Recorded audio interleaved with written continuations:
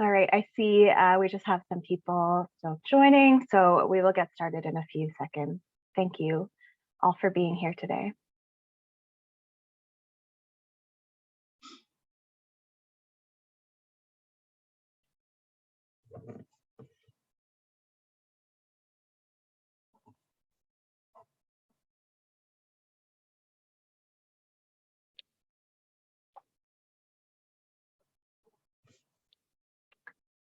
All right. Hello, everyone, and welcome. My name is Fiona McDonald. My pronouns are she, hers. I'm the event and communications lead with ISCBC, and I'm joining you today from the unceded ancestral and traditional lands of the Musqueam, Tsleil-Waututh, and Squamish First Nations. Thank you for joining us for today's webinar, Aquatic Invasive Species and Indigenous Perspective. Before we begin, I also have a quick PSA that we have some other webinars coming up this week that you may be interested in. Tomorrow, we will be learning about the European green crab from Marina Wright, who works for Fisheries and Oceans Canada. And on Thursday, our ISCBC education team will take the stage to tell us about how to be invasive wise and how to find engaging ways to teach youth about invasive species. And you can register for those on our website. A quick tech check for those joining us today. If you are experiencing any technical problems, my colleague Brittany Loudon is our tech support, and she'll be in the chat box to help you. Please note that the default recipients of your messages, it will go to hosts and panelists. So you do have to, next to two, check that to everyone so that we can all see what you have to say. If you have a question during the presentation, the Q&A box is at the bottom of your screen. So you can type your question in there. If there is a question that you wanted to ask, but it has already been asked, you're actually able to upvote the questions that you like so that they appear at the top for us. This webinar is being recorded and will be available at a later date.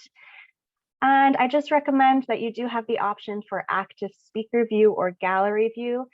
We recommend the speaker view. That button is in the top right of your corner. So I'm about to introduce our presenter, but as I do, I welcome you to join us in the chat box. Let us know who you are and where you're joining us from, and welcome today. So we are joined by Lennard Joe, whose traditional name is Shuk which means grizzly man. I'm sure he will say that again for us all. He brings over 30 years of natural resources and business experience into his current role. He is a registered professional forester and a member of the Insklakatla First Nation and owner of Grizzly Path Consulting, a First Nations company that focuses on the land, its resources, and people. Lennard is actively involved in developing new businesses and opportunities in the resource sector within his territory, as well as throughout Canada and the world. Living in balance, Lennard also carries the corporate knowledge of his nation and continues to practice his protocols and traditions. And his role as an Indigenous professional forester has opened doors in Indigenous governance, provincial and federal government, industry, academia, and forest certification. He is also incredibly accomplished and a busy man on many boards and societies, including a director on the Shwapmuch Tribal Council, a director on the Sustainable Forestry Initiative Board, the National Aboriginal Forestry Association, the BC Aboriginal Business Investment Council, the Nicola Similkameen Innovative Forestry Society, and the Nicola Valley Institute of Technology Board of Governors. I've known Lennard Joe for a number of years now, and I'm so excited for my friend to be joining us today. Welcome, Lennard Joe. Cool, Xiao. Thank you. It's nice to be here today, and it's an honor to be asked to do this presentation. Yes, Lenny Joe I'm from the Shakin Indian Reservation, or Shekink, which means many small rocks. And if you ever dig a post hole on our reserve, you know how it got its name. And so we're right along the river of the Nicola. And of course, we just experienced that atmosphere river event that happened this past fall. So I am from the Shwapmuch Tribal Council. The Shwapmuch is a portion of the Insklakatla Nation, and it just means people of the creeks. So we're basically the headwaters of everything that flows from the Coldwater, the Nicola, down to the Thompson River and into the Fraser. And we go, our nation goes all the ways down into near Spuzzum or by Spuzzum. So it's a fairly big nation. It was really good to be here, and I was thankful that I got to just observe a little bit of the previous webinar, and I got to hear Calvin speak on some of the stuff, and just the vast knowledge and information that he brought to the group in such a little time on that webinar. It was great to hear. My role and my introduction with Invasive Species Council was Gail Walland, who is with Invasive Species Council. I was asked by her to do a presentation a couple of years back, and that's where I met Fiona. And it was really good to be asked to go to that. And the one thing that I'll raise my hands to Invasive Species Council is the relationships that you have built and continue to build with the Indigenous communities and members, not only to provide capacity and knowledge, but also to incorporate and recognize that there is capacity and knowledge within the Indigenous communities themselves that really add value to the goals and objectives of the Invasive Species Council. So with that, I was this past year, I did start a consulting company, and it was called Grizzly Path. And one of the first people who called me was the Invasive Species Council, and they asked, can you go out and just start visiting some of the communities and that have aquatic invasive species, and find out, and do a small report on that, and start building a relationship with that for the Invasive Species Council. And so I said yes. It was nice to do something refreshing. It was nice to get out. It allowed me to reconnect with a lot of people that and nations that I had talked to before. And so and it wasn't a contract. So here you go. And so today, that's what I'll be doing my presentation on. I'm going to share my screen, and I do have a PowerPoint presentation that I wish to share. Let's see if this works. So aquatic invasive species and Indigenous perspective.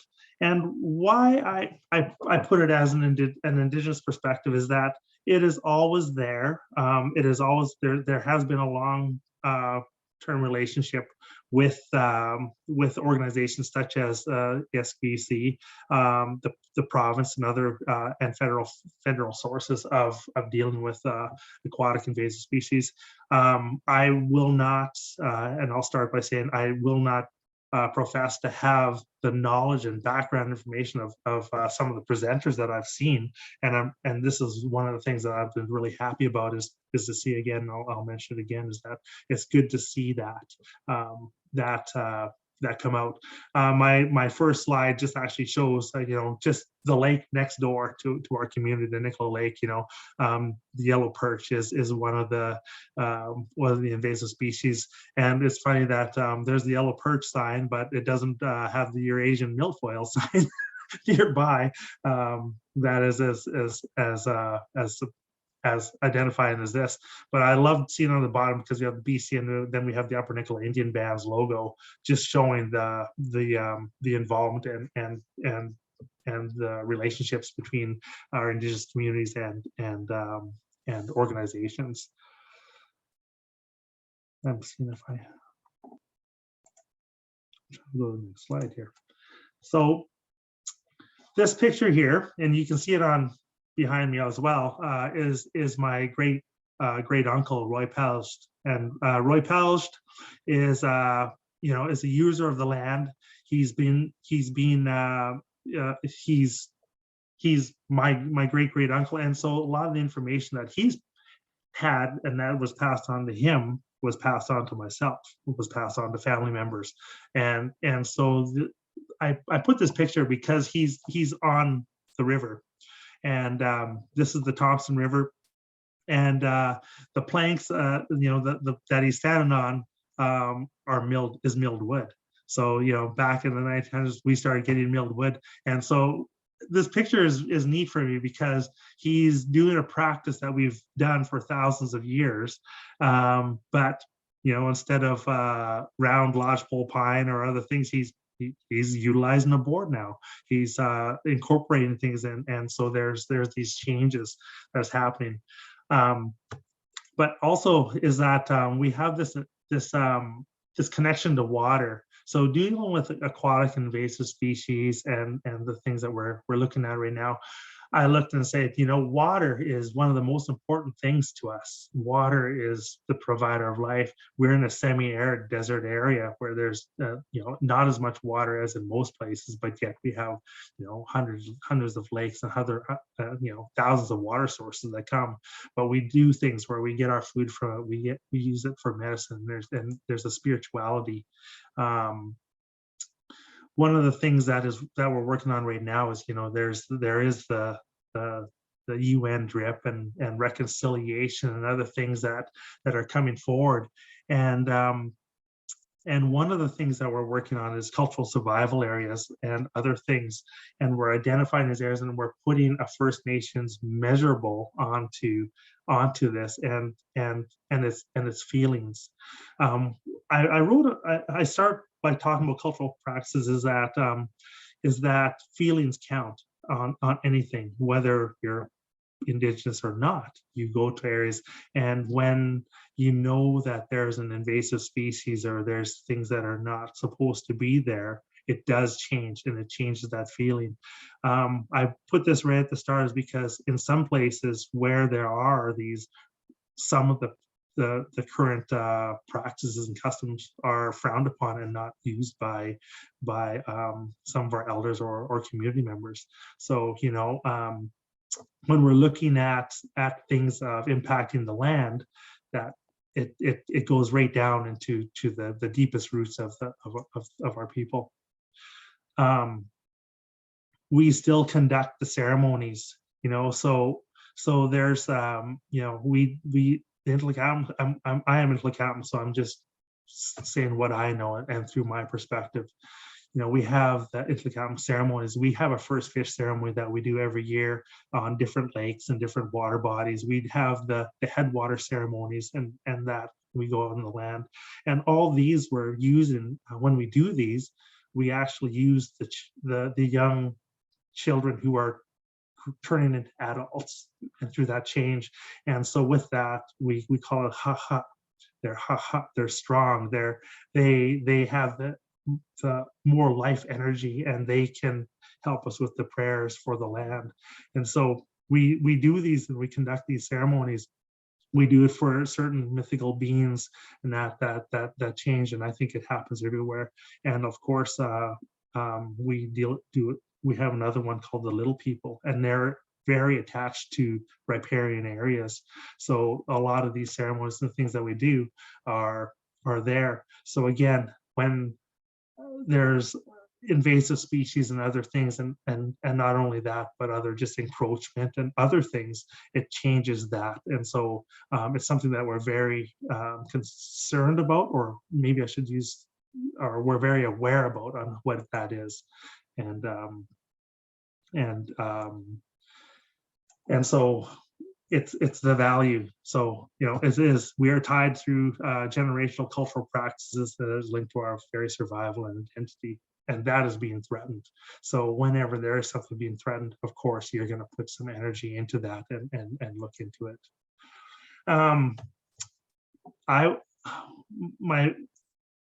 I basically just started in January, February this past year, and so I was able to do some aquatic invasive species interviews, and I talked to the Okanagan Nation Alliance on northern pike, the Northern Shuswap Tribal Council on smallmouth bass, the Upper Nicola Indian Band on their yellow perch, the Secwepemc Tribal Council on Eurasian milfoil, Asian carp, and goldfish, and the Hauset First Nation on European green crab. And what I learned and what I saw with all these was just the diversity of each of the organizations. How they, some of them had, huge staff, and some of them had very small staff. Some of them had almost no staff, but the funding that came available to bring someone forward and work on this program. So for me, one of the things is that there's an inconsistency of the capacity that could be available to work on these programs.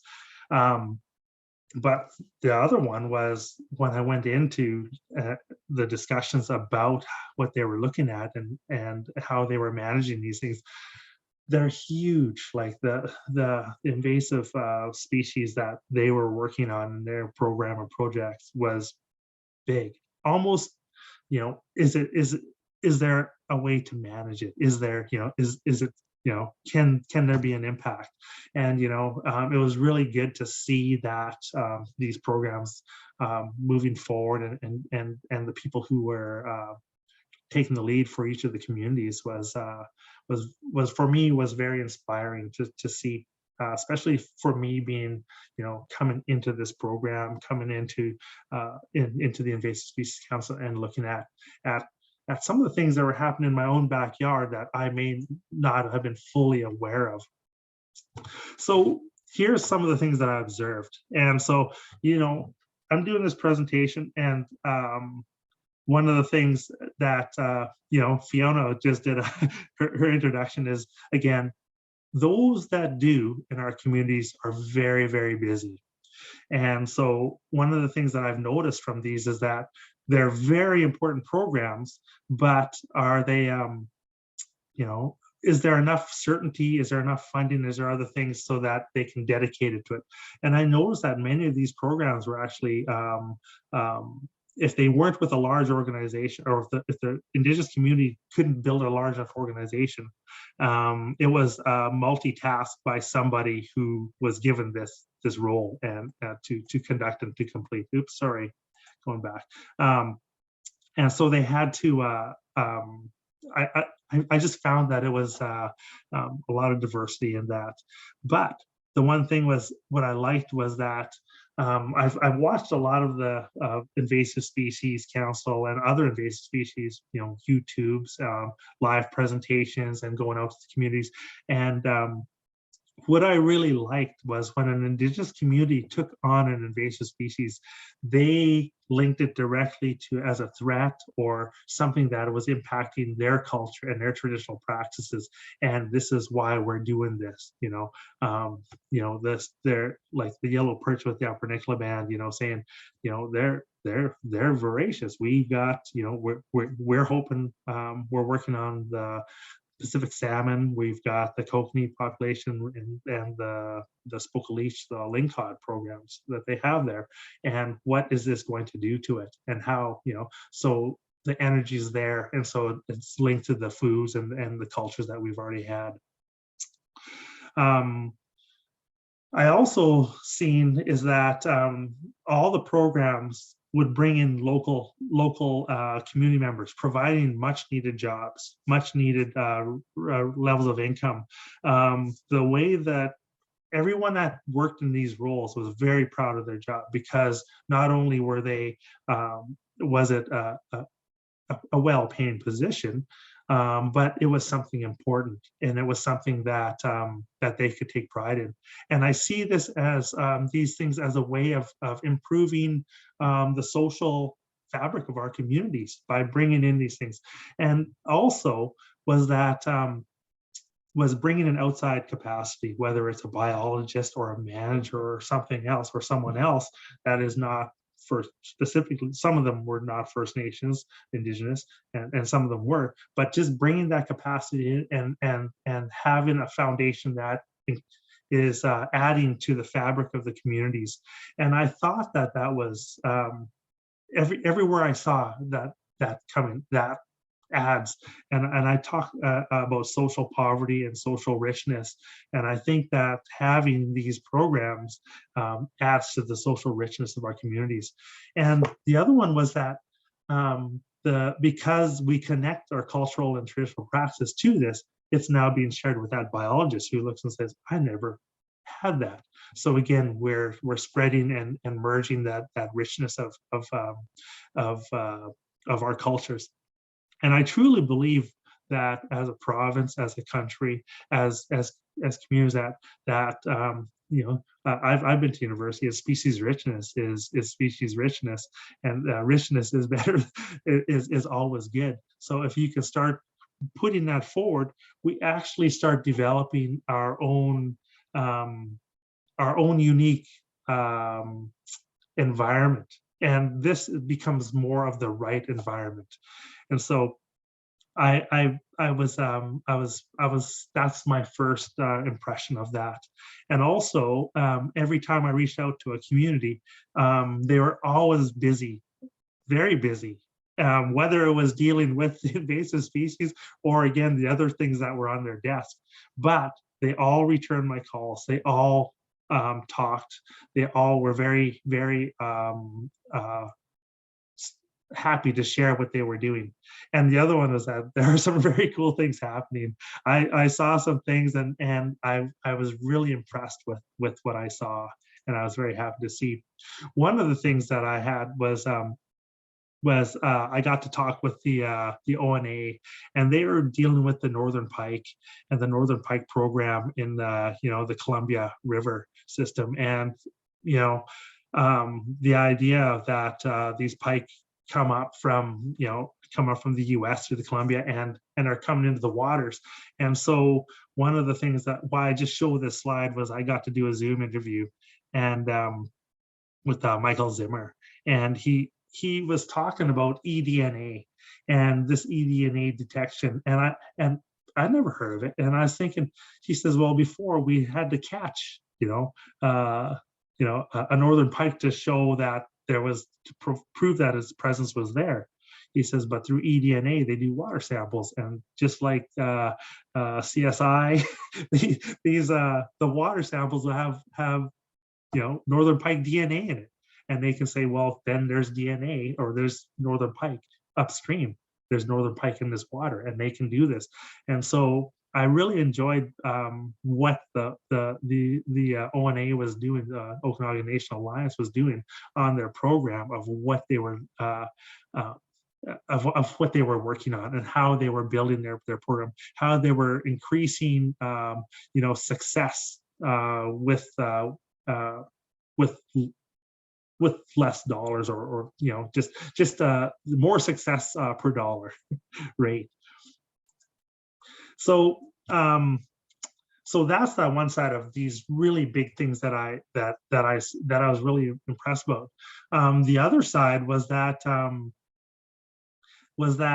I would talk to nations, and I would talk at the higher levels. So this at the program levels, you could see that they're working very hard. They were excited to do the jobs, and they were very, very passionate about the program. But even then, they were looking and saying, well, we hope we get continued funding. We hope we can do more. We hope that we have to mix this with other projects and look for other funding dollars. And so that was some of the things. And then you go higher to the communities, to that level, and so they're looking and saying, we know there's invasive species, not just aquatic invasive, but there's invasive species in our territory, and but with everything that's coming at us and for our community to address, it's not high on the radar. It's not high enough for us to get fully engaged and support. So if there's somebody there, yes, we'll support that. But if it's not, it's not a big enough priority.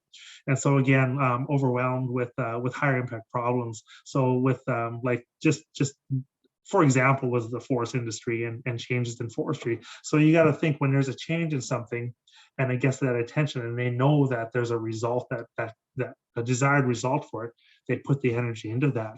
So a lot of the times there's people wearing multiple hats. And so that was one of the things that was there, just overwhelmed. Lots of communities that I reached out and they said, no, actually, we don't have an invasive species program. We know they're here, but we actually don't have the staff to do that. And a lot of them was, so we don't have a program. So, there's 203 First Nations communities in the province of BC. 106, 108 are in rural centers. So over half of these communities are in very rural centers. 180 of these are outside of cities, and they have invasive species. So almost every community has invasive species. There's a fraction that actually have the capacity and the staffing to actually engage and work with it. Success rate was another one. So they say, well, we apply, we don't get funding. There's never enough funding. We apply our energy to funding applications that we know we're gonna have a higher success rate on, and so they don't apply. They may have. There's turnover in staff, so the new person doesn't even know about it, and so they don't do it. There's concerns on consultation and loss or misuse of proprietary information. That is very, very real in our world. And so a lot of times it'll be like, when we read this proposal to do like even some nations have been offered funding and they look at it and go, whoa, the wording's, we can't support this. The wording is something that we need to address. And the funder in one instance that I was talking to the community said, no, that's the wording we got to use. And it was a few $100,000 program to do, and the community said, no, that's we'll be given past infringement and other things. We're not comfortable, so they don't move forward. And so, and then the other ones were, whenever they're offered a win-win, some of the communities were saying, well, it's either through misunderstandings or misinterpretations, or it could be very real. They said it's not a true win-win. And so there is a trust issue out there. And so I bring this up because in our world, we've just gone through so much this year. You've heard about the 215, you've heard about the residential schools, you've heard everything is surfacing as we go through reconciliation. Everything is surfacing as now we're being pulled to the table because we've fought for the right to be heard. And now with every time you get a right to something, you have the responsibility to make it work. So right now there's so much surfacing, there's so much out there to be able to move that forward. And so there's a healing process happening right now, and yet there's things that need to be done. So that kind of comes to the point of it comes into every program that we do. And so invasive species is another one. And so that's just something that I'm putting forward. I'm going to say, a lot of the stuff that I'm putting forward, there may not be full agreement on, but this is just my experience. This is my perspective. This is something that is shared with me. And so, so what we're actually doing here today is a form of reconciliation. I'm sharing some of the things. I'm actually exposing and saying, you know what, here's some of the things that I feel are preventing us moving forward. And so we have to create these safe places so that we can share and we can bring things out so that we know when we're working and bringing something forward in a good way, that these are some of the hurdles that are there. I looked up, some of the communities just shared some of the funding sources that were there. And, with every success of every business, every project, every program is certainty and security. You know, the more certainty that something's going to continue, the security that there's funding, the more you invest. And so one of the things is that there's always there is a long-standing relationship at the federal level. There is a long-standing relationship at the provincial level of these things. And so again, reconciliation is new. So I just put this as that there's opportunities out there. As much as the websites look at that there's a lot of money, most of the time it's too little too late. And I wrote this here because the Aboriginal Fund for Species at Risk agreements, I put a note that the 2022-23 funding window is already closed and it's done, right? And it's so again, how being aware and having the ability to find out where these are. This was just another funding source or funding sources. And what I found was that without partnerships, there's never enough to secure enough funding. And so the one thing is there's the funding, the dollars, but there's also the collaborators and the contributors. And so, you know, without our universities, without other industries such as hydro, and also the Invasive Species Council, everyone coming together to create an environment where there's enough secured funding is key. And so hats off to the communities or the organizations that come forward and work on that. And again, these things also create exposure to our members to see what else is out there. I was asked, what do the communities think? The elders, most of them, you know, every community does an annual general meeting. Every community has a newsletter and that. So the elders are very aware of what's going on, and they're very happy, and they're optimistic that this creates an opportunity for youth. Again, Indigenous communities are tied to nature. They're tied, and the youth, you know, it's in their DNA. It's in our DNA to be tied. And so the elders are very happy to see this, and they loved when new measurables were being created for things that they just had in their tradition before. So they can see the science coming into our nations.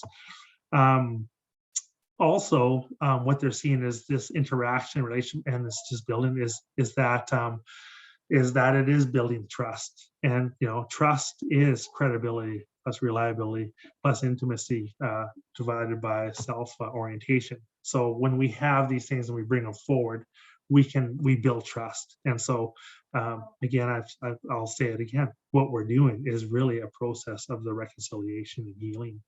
So and the last one was the communities that said most of these products are important, but do not get the attention that they need because there isn't enough funding to prioritize them. In the end, they're on the corner of someone's desk. So I just added that again, is that, yeah, lots of times, you know, so if we actually can highlight and bring forward a lot of these things and add that, I think, you know, you'll get even more involvement from the First Nations communities. The other one, though, was Indigenous people are on the land, using it constantly, and have been using it for centuries, you know, 1,000 years. And so this corporate memory of when you're there, when the time of year you go, and what you and usually the results are predetermined of how well it's going to be out there. But then you go out and then you find things. And so in our communities was the Asian carp in the Fraser and Thompson rivers. And so the members who are there, and it was very high on the radar in our community, saying there's Asian carp. And the response that we got back was, no, it's probably not Asian carp, it's might be European or the common carp. And so then the communities was like, okay, what if it is? We still don't catch them in these places. So what is that? What, you know? And so there was a sense of being brushed aside. And then the community still said, well, even if it's a common carp or if it's from downstream in the mouth of the Fraser, it still shouldn't be here. It's still invasive for our territory. It might not be invasive for British Columbia, but it's invasive for our territory. And so that was one of the things that was brought up.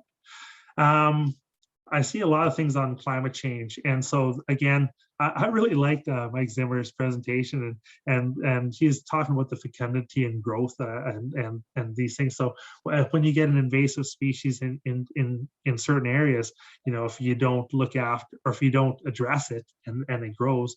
And one of the things he was talking about was just the temperatures of the water, and the warmer the temperatures, the more fecundity, or the higher the fecundity of the fish were, and if the more aggressive they were, the more they ate, and the more, so, and also just the more they bred, and so, populations and everything. And it was great to see. And it was great. Calvin, just a half hour ago, was talking about changing environments and climate and other things that come in. And so one of the things about adapting, and so when things happen, how fast is it going to happen? What do we need to be aware of? So even as an Indigenous community, we're looking and saying, okay, what else can this bring in? What else is there? And this is the one where, when Calvin just talked about whirling disease, I had no clue about whirling disease. And he was talking about moving bait fish around. And one of the traditional use in our area is to get minnows from this one pond area and bring it to a bigger lake for the spoke leech fishing. And a lot of the communities, this has been passed on live fish, right? And so my first reaction was, whoa, we don't know what's going into that lake. That's, these minnows may get attacked by this whirling disease. And right away, thank you, Calvin, if you're on this, because I'm going to share that with ours and saying maybe some of our traditional practices need to be changed, or we need to be more careful on this because there is a changing environment out there. This slide here was basically every day is a new chapter. We learned something today. I'm hoping you learned something today. Our Indigenous communities learn something, and we apply it. There's so much information that the Indigenous communities have and hold close that are specific to the areas that we live on. We know the land, we don't leave. And so if we can find a way to increase trust, to increase the connection of our values, our knowledge with that of Western science and modern technologies, that again will create a new area that is very unique to who we are as British Columbians, as Canadians, wherever we are, right? And so I keep thinking, and every day is a new chapter, and there's an opportunity to do something. I was given a half hour to talk to you guys, and so this is the one where I said, okay, instead of saying no, I'm way too busy, I look and say, yes, there is something. I may not be as smart in the invasive species as the presenters that I heard, but there is something that I can offer, and I'll take this opportunity to share it. So then we come up with the recommendations. So, Invasive Species Council, thank you guys so much, because, developing programs, helping the Indigenous communities, with capacity, with creating an arena to build trust and reconciliation. And then now the other one is, helping with looking at funding sources and other things on how we can move forward. One of the things that's really new is to help us develop the Indigenous programs. So we have stewardship programs that have been going for a while. A lot of the fisheries programs and wildlife programs, everything fits in stewardship. But brand new dollars and funding and highlights are going on to guardian programs. One of the things that we're doing here is our fisheries program had a boat cleaning station. but we can never get the funding to have people man it, to create awareness. And so this boat cleaning station just sits aside. We now have funding for a Guardian program, and I've connected the Guardian program with our Fisheries and Watershed Authority, and we think we're going to have that wash station manned, and it's going to be a great opportunity to provide and share our values, our culture, and everything with visitors who are cleaning their boat. The recommendations is also to listen. It's great to come in with a perspective, with your ideas. It's great to share and have something that you want to share, but it's also more important to, just as important, to listen, to be there and have a way to listen to what is being said, how it's being said, to be present, and so to be there. I've already talked about engage and sharing your experience, and then with all that, advocate on behalf of, be there. You have a wealth of knowledge. You have this level of networking and everything else, and you can add to that voice. And our communities, as we're healing, we really do need that. We need that voice. And so with that, Cookshem, I'm very happy to have this moment to share with you, and thank you for having me here today. Juk means I'm done. Thank you, Lennard Joe. Thank you. That was incredible, and I really appreciate the last point to use our platforms and use our networks to advocate. I think you mentioned First Nations have fought for the right to be heard, and unfortunately, perhaps others may think that that's that. They're at the table now.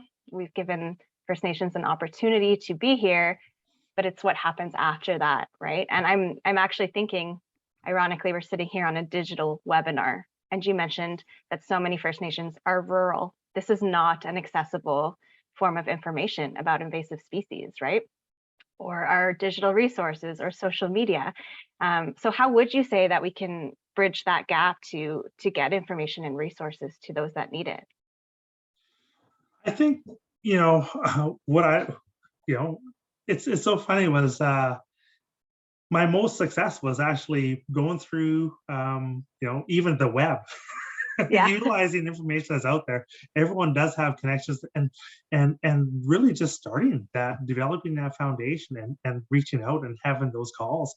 I really enjoyed. We had a I don't know if it was the AGA or something. The ISCAD, you guys had a program, and I was doing a presentation on reconciliation, and I was actually introduced by JJ Holmes from the Upper Nicola Band. And I had no idea. I work with JJ. JJ during our fresh or our atmospheric river event manages our heavy duty machinery, and he helped reinstall one of the washed out bridges. And so, again, on the side of his desk, and there he was moderating a presentation. So just kind of getting out there. If you have an idea of and you don't know where to start with someone you know, and I bet you we all know somebody, and we start building from there. Totally. Well, that's you and I are connecting today after a few years apart. So yeah, it's good to just get people around the table. I was really interested in what you had to say about funding models, and I hadn't thought of this before, but one of your notes in your PowerPoint slide was annual funding proposal submissions, which I'm very familiar with, but we're very fortunate at ISC to have people with time and knowledge to get these funding, but to do it every year, right? It's quite prohibitive. In the Indigenous communities and Indigenous world, there is, and it probably happens everywhere, but you have turnovers. You have in our world, we have a lot of lateral movement. The same people go everywhere, right? It's the same people, and that's the capacity. So we are building on it, and we've just started really paying attention to that and saying, okay, with lateral movement, how do we build it so that the foundation grows, right? But with that also was when people leave, again, it's like, well, what was the reliable method of, and what is it for funding applications? And so again, with the deadlines and everything else, and it's really very competitive. So there is, you know, a lot of the programs, no certainty, no security. Yes, and we have a question here from one of our attendees about hope. Do you see any hope for getting long-term funding? Do you think we can get to a spot that it's more accessible? I'm an optimist, so there's always hope. I put on my, you know, I wake up every day hopeful, and I do believe, and I think once people hear what people want, everybody, I think everybody wakes up with good and to do things with good intentions. And so, you know, if you can create awareness, and if you can create the opportunities, and if you can create the environment for things to move forward in a good way, I do believe that it can be there. But also, you know, what will reconciliation bring?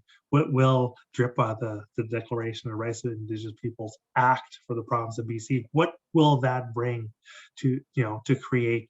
And so we have to start somewhere. And with that, you know, that's when you start to build things that can then bring certainty and security.